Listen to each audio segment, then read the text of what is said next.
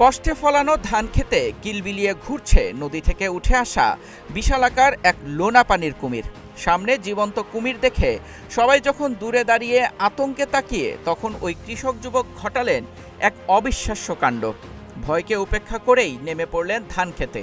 কুমিরটিকে জাপটে ধরে শক্ত করে বাঁধলেন দড়ি দিয়ে, তারপর কাঁধে তুলে সোজা হাঁটা দিলেন থানার দিকে।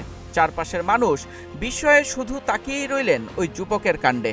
পুরো ঘটনাটি ক্যামেরায় ধরা পড়তেই ভিডিওটি ঝড়ের গতিতে ছড়িয়ে পড়ে সামাজিক যোগাযোগ মাধ্যমে।